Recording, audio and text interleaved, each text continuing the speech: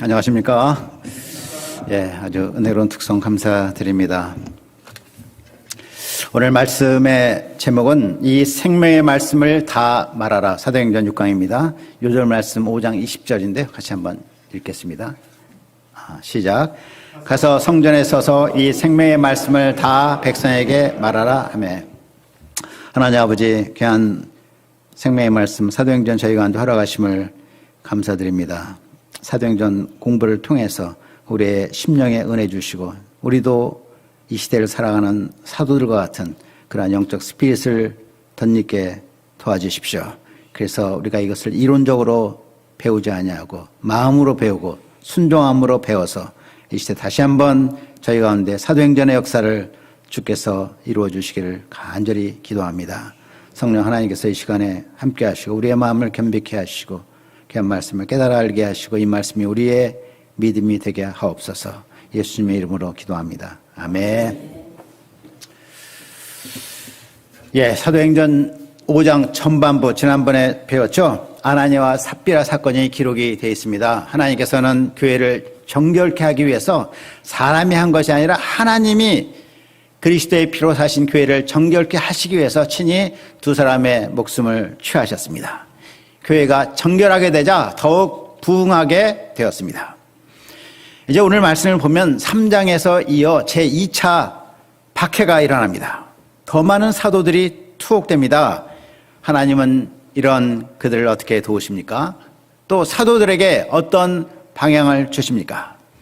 오늘 말씀에서 우리가 핍박 중에서도 생명의 말씀을 다 전하기 원하시는 우리 주님의 마음을 배울 수 있기를 기도합니다. 자, 첫째, 이 생명의 말씀을 다 말하라. 17절, 18절입니다. 같이 한번 읽겠습니다. 17절, 18절. 예, 시작. 대제사장들과 그와 함께 있는 사람, 즉 사두개인의 당파가 다 마음에 시기가 가득하여 일어나서 사도들을 잡아다가 옥에 가두었더니. 유대 대제사장들은 그 제일 높은 대제사장들은 주로 사두개파 사람들이었습니다. 대제사장들과 그와 함께 있는 사람 누구겠습니까? 곧 사두개인의 당파가 이 초대교회의 부흥을 보면서 마음에 시기가 가득해졌어요. 여기서 시기란 말은 원어로 젤루라고 말하는데 경쟁심 또는 열심 이렇게도 번역이 되는 단어입니다. 그들은 열심이었어요. 뭐에 대한 열심이었습니까? 자기 종파, 자기 교단에 대한 열심이 충만했습니다. 그래서 기독교의 부흥을 보면서 시기심이 가득했습니다. 그들은 그 자기들의 그 열심을 하나님께 대한 열심으로 당연히 생각을 했겠죠. 한때 사도 바울도 그랬습니다. 특심한 열심으로 기독교인들을 체포하고 감옥에 막 집어넣으면서도 그것이 하나님을 섬기는 일이라고 여겼습니다. 열심이 다 좋은 것은 아닙니다. 올바른 지식에 기초해야 됩니다. 우리가 올바른 성경 지식에 기초해서 오직 하나님의 영광을 위한 또한 우리가 섬기는 사람들의 구원을 위한 그런 열심을 가져야 되겠습니다.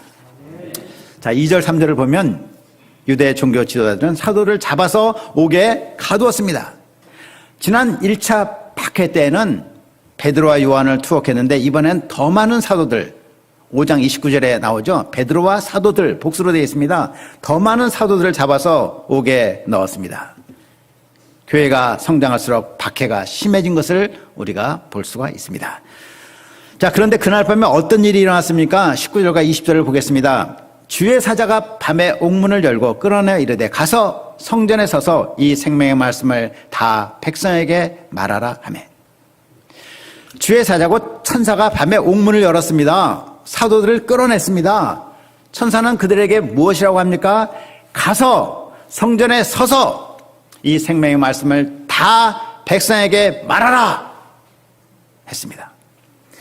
첫째로 천사는 그들에게 그간 고난을 많이 받았으니 이제 안전한 곳으로 가서 쉬라 이렇게 말하지 않았습니다.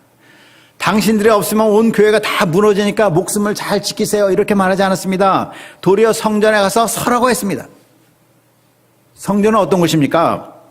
종교 지도자들과 그의 추종자들이 있는 곳입니다. 그러므로 이는 한마디로 호랑이 굴로 들어가라는 것입니다.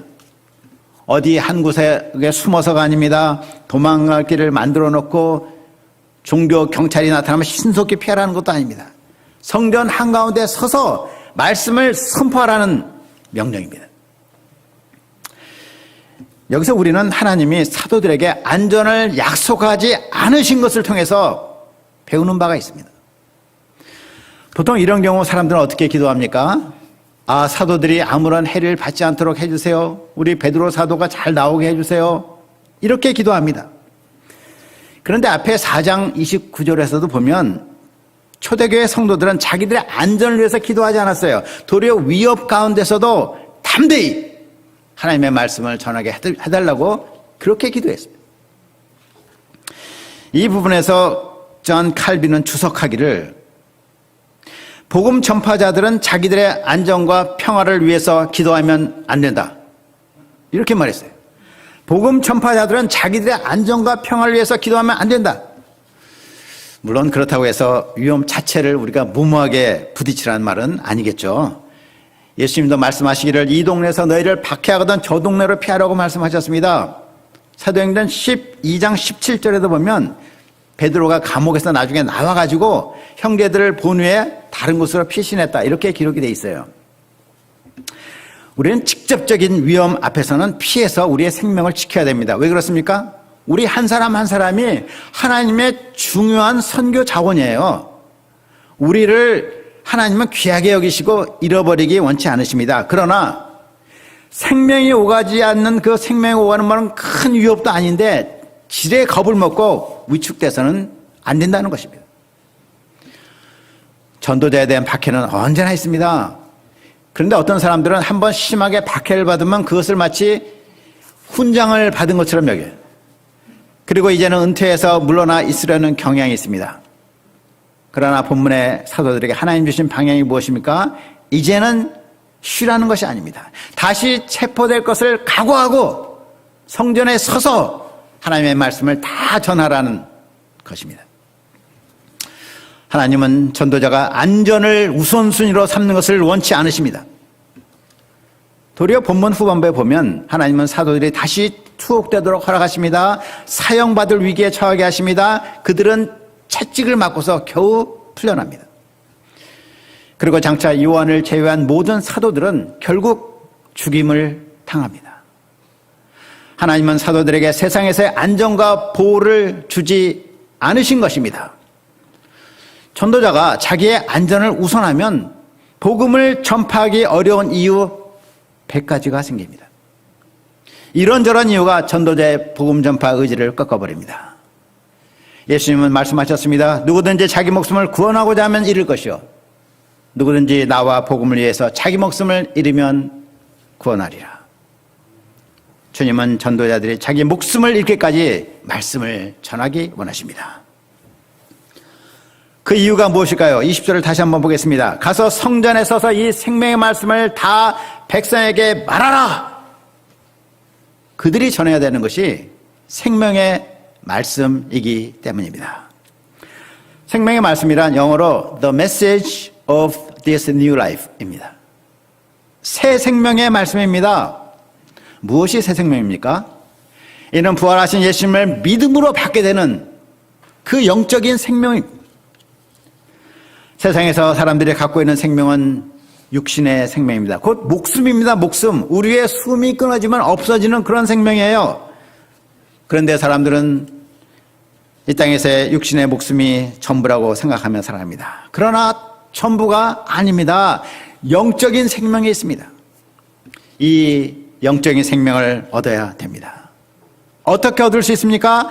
다른 길이 없습니다. 말씀을 듣고 믿음으로서만 이 생명을 얻습니다. 그래서 우리는 이 생명을 주는 말씀을 다 전해야 되는 것입니다. 우리가 봄학기를 맞이해서 열심히 양들을 피싱합니다. 왜 그렇게 하는 것입니까? 양들의 생명을 살리기 위해서입니다. 실로 캠퍼스 양들이 새 생명을 얻느냐 영벌에 처하느냐가 복음을 전하는 사람들의 손에 달려있는 것입니다. 그런데 어떤 분은 이렇게 말합니다. 아, 전해도 안 들어요. 거절해요. 막 우리 투명인간 취급해요.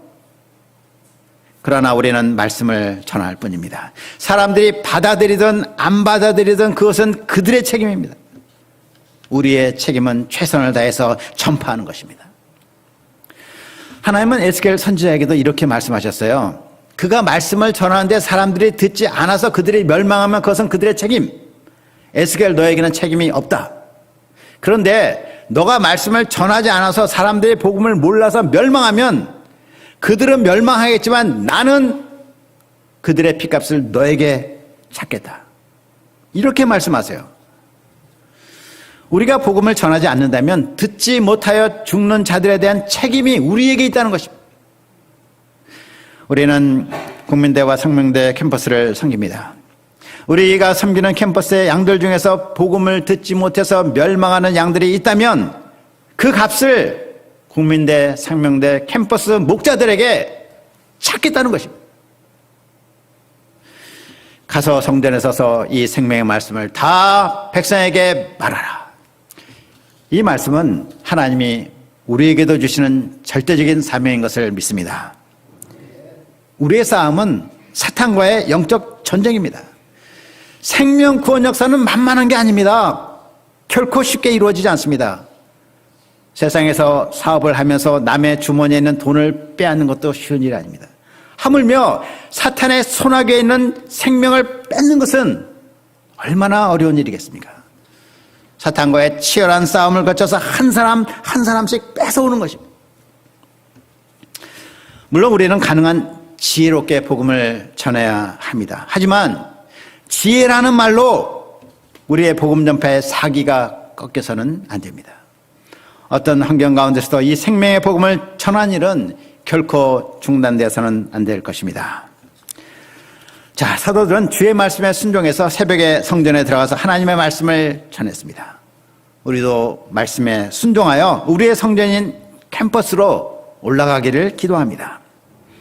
그곳에 서서 이번 봄학기에 열심히 양들을 일대일에 초청해서 이 생명의 말씀을 다 말하기를 기도합니다. 아멘.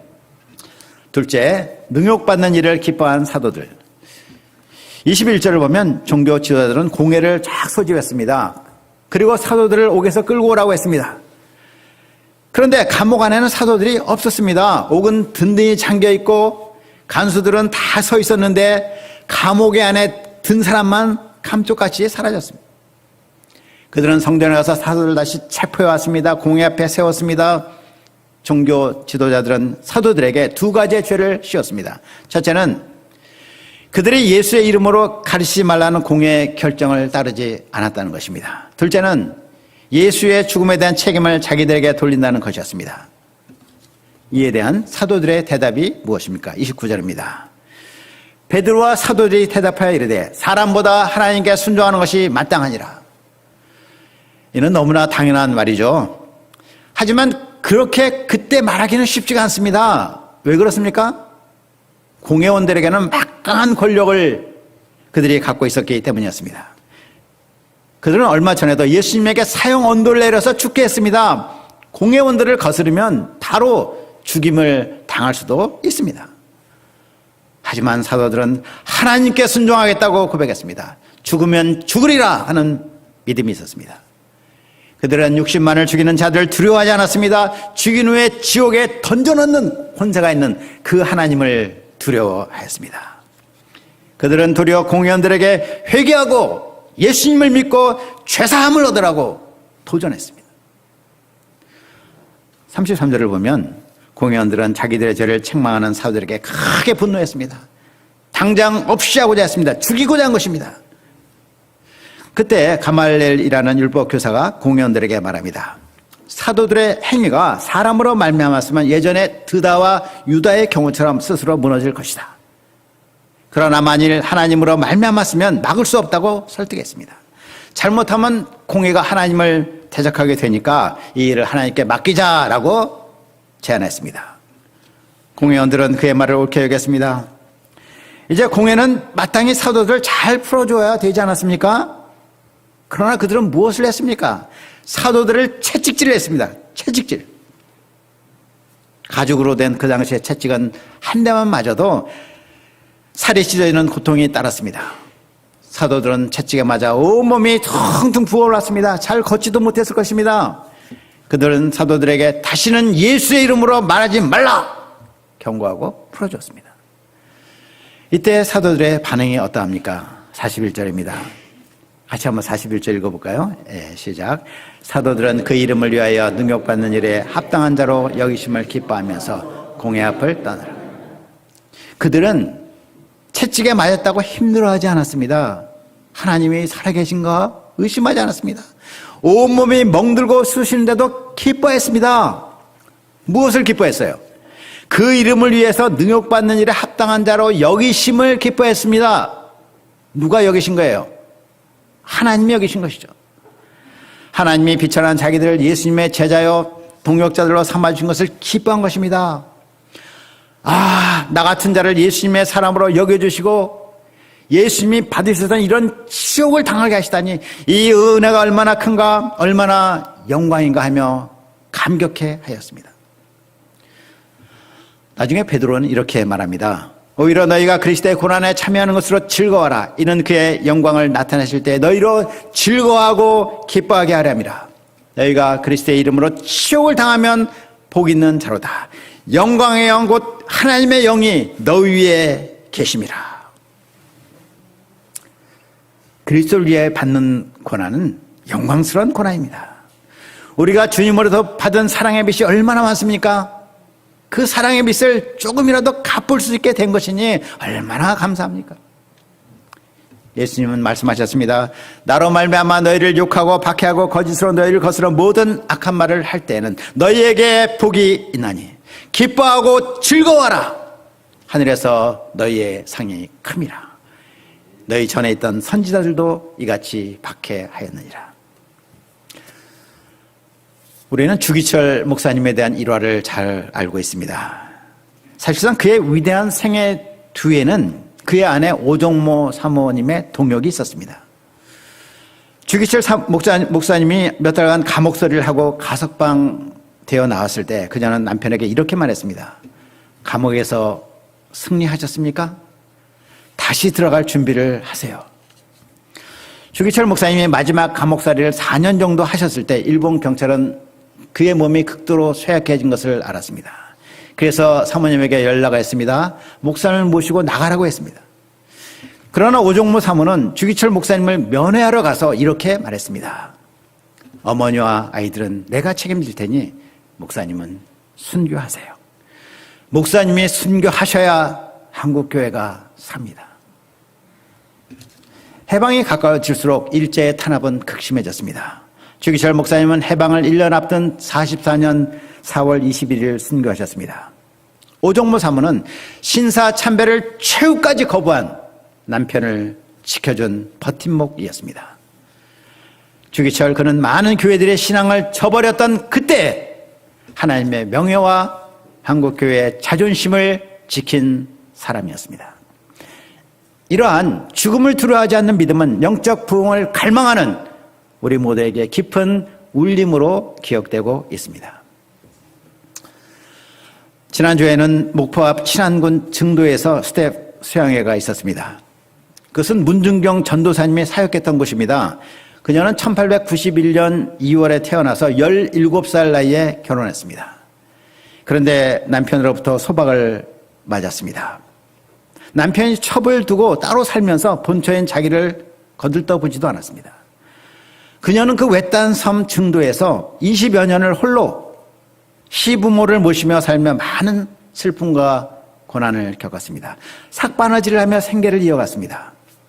자기에게 자식은 없었고 첩이 낳은 아이들을 길러야 했습니다.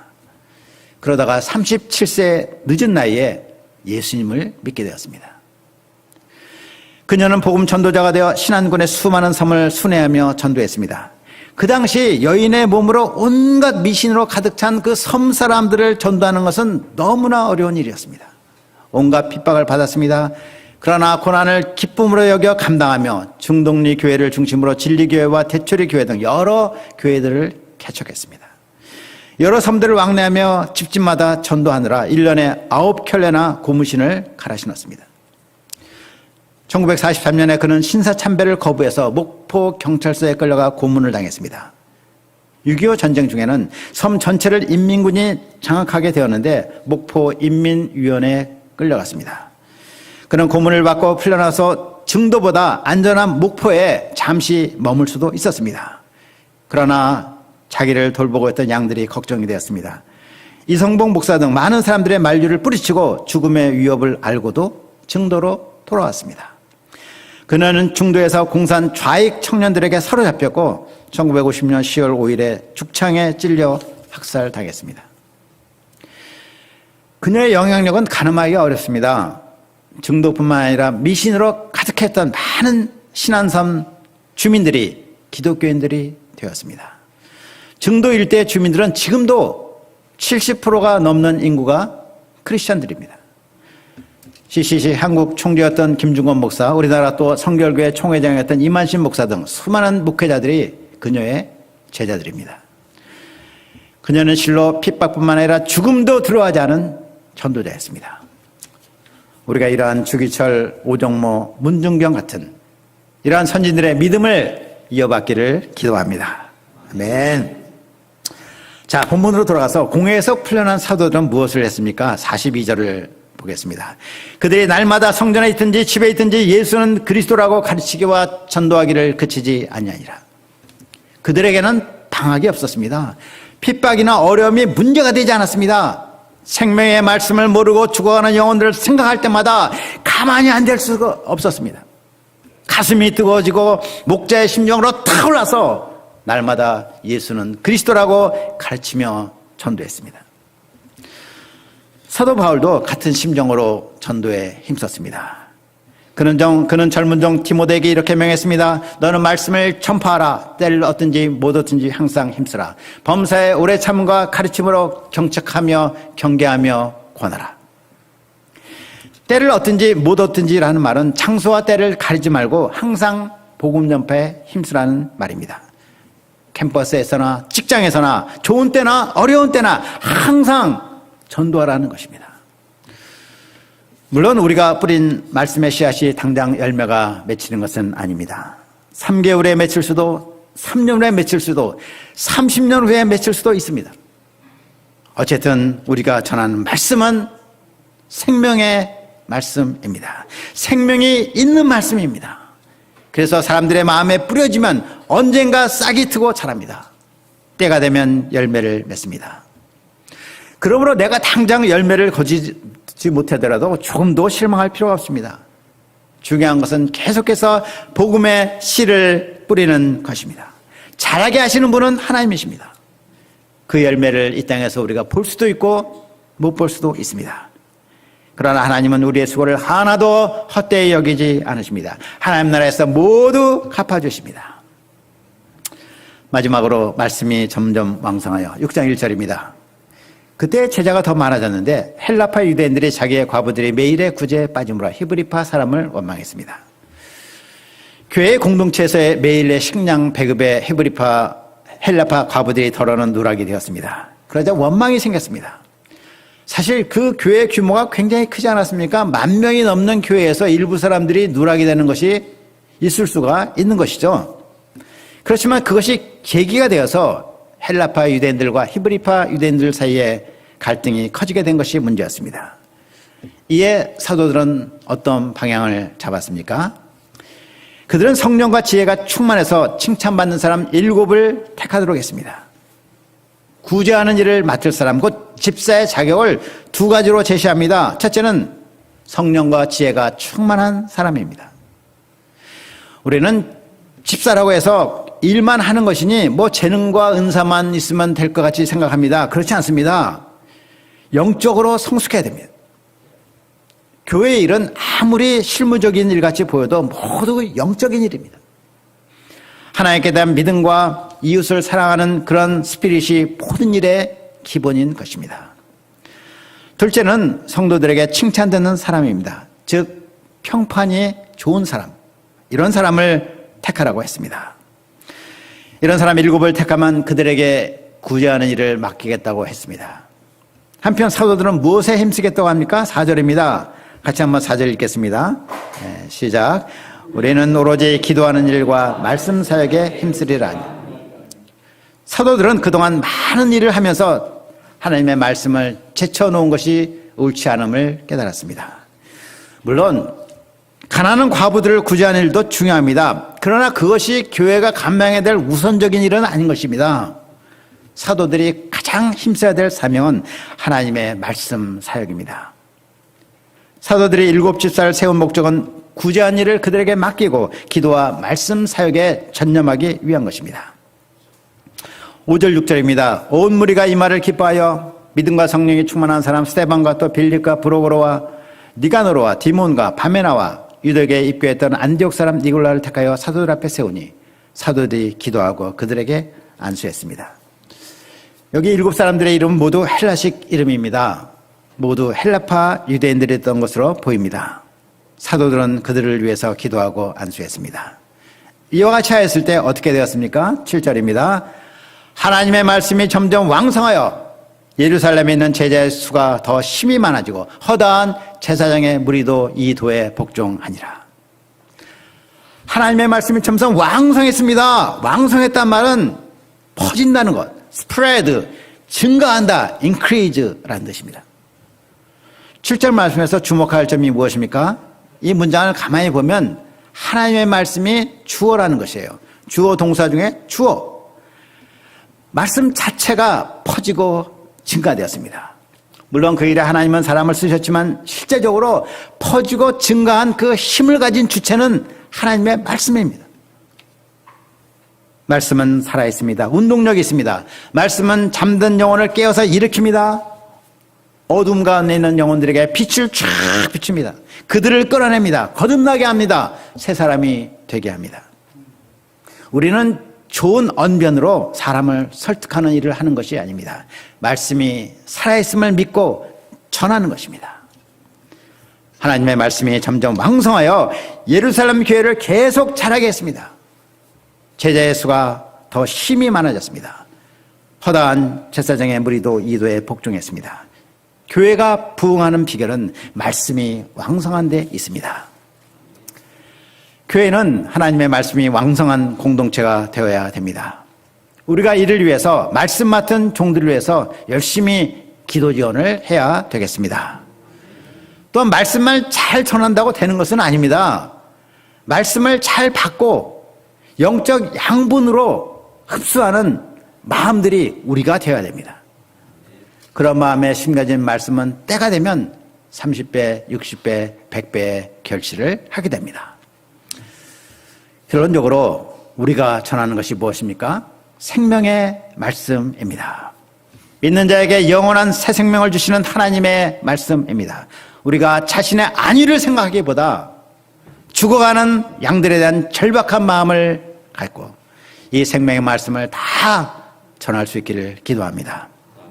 또 우리가 고난을 받을 때 이를 큰 축복으로 여기고 계속해서 기쁨으로 전도할 수 있기를 기도합니다. 우리 공동체 가운데 말씀이 왕성하기를 간절히 기도합니다. 기도하겠습니다. 하나님 아버지, 우리가 어둠 가운데, 무지 가운데, 흑암 가운데 있었습니다.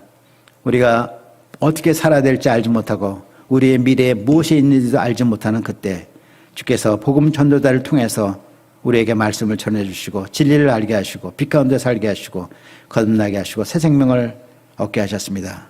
우리가 한 일은 아무것도 없지만 주님께서 은혜 주시고 또 복음 전도자의 수고를 통해서 우리에게 생명을 주신 것을 기억합니다. 우리가 이 은혜를 알게 도와주시고 우리도 이제 빚진 자의 심정으로 이 생명의 말씀을 다 전하는 주의 종들이 되게 하여 주옵소서.